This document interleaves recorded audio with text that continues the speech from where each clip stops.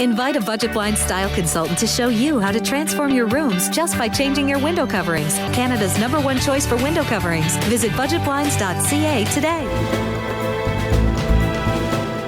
Welcome back. The CPCA is taking over Meadow Lake this weekend for the 6th stop on the CPCA Siga Pro Tour. With only a few more stops left before the Lloyd final, top man Ray Mitswing is looking to continue his winning ways. Heat 12 and the man himself, he is looking to stay hot. The Chief, Ray Mitswing, he will be coming off the 3rd barrel in this one. Chris Molly is on 2 and Wayne Knight is on 1. The top 3 drivers. And the Chief, he gets a fantastic turn around that top barrel and those horses pop, and he is the first to leave the infield and is leading the charge as they head around the first 2 corners. He is looking for that rail, but Wayne Knight is not giving it up. On the backstretch, Mitswing is just about a full wagon lead over Knight, and Molly is bringing up the rear. Here they are headed southbound and down, and Ray still in the lead as he lets the thoroughbreds run. He will take this one wire to wire, wheels on fire, 2 wide over Wayne Knight, and pick up his 5th straight day money. Now we're going to move on to Heat 8 here, and Calgary Stampede rookie Dave Galloway would take this heat handedly. He coming off that middle barrel there, number 2, and he gets a great turn, and he is off to the races. Look at him and those horses run. He gets ahead of Dean Mitswing for the rail and will stay ahead of the pack the whole way. He would take this heat by more than a couple wagon lengths. Wasn't even close. No one was catching him. His time is good for 3rd place after day 1. We will check out the top 5. And Ray Mitswing there, he is at the top once again after day 1 in Meadow Lake. Second is Wayne Knight, followed closely by Dave Galloway rather. Vern Nolan is 1/100th of a second behind Galloway for 4th place. Chance Bensmiller, he is sitting in 5th place after 1 day of racing. We have the highlights here. We will now go to Ray Mitswing for his 5th day money win. Honestly, I didn't think I'd be able to outturn him off a 3 barrel, but the way that outfit was turning in St. Walrick, so it's pretty tough to outturn these guys. So, they just fired out of there and we outran them.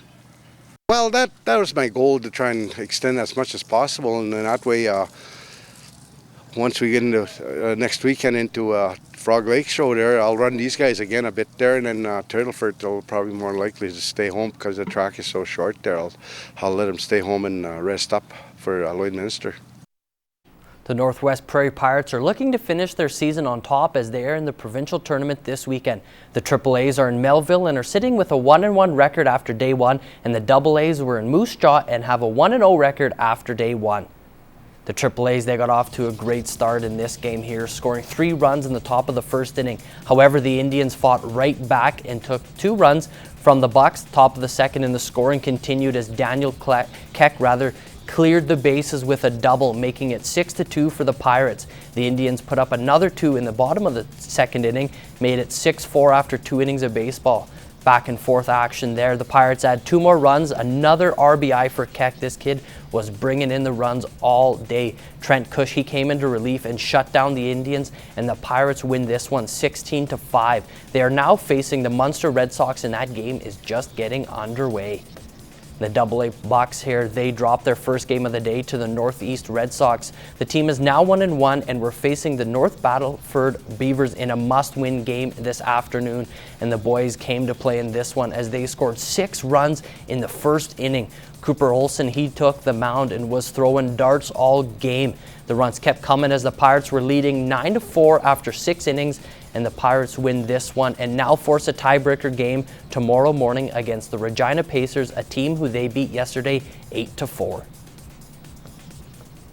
And the Lloydminster Reapers are just about wrapping up their first year in the Edmonton Rugby Union. The team has a 5-3 record going into today's game, as well as a 2-game winning streak on the line against the Edmonton Nor'Westers.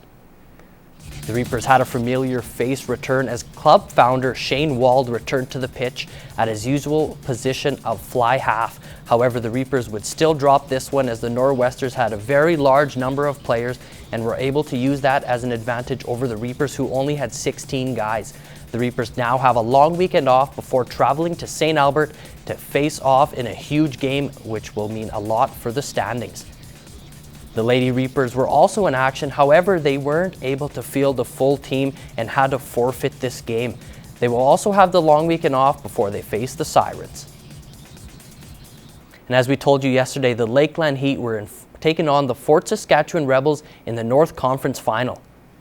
This is the first time that the Heat have been able to make it this far in the playoffs, as they've only been in existence for 3 years. Great way for them to finish their 3rd year in existence. The game is still underway, but as we went to air, the Heat were down 10-4.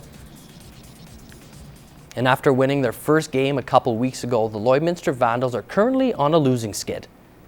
The Vandals have dropped their last 2 games to the Central Alberta Buccaneers and the Airdrie Irish. The Vandals were in St. Albert today, taking on the Stars. The game is still underway, and we will try and get a score for you on the late night.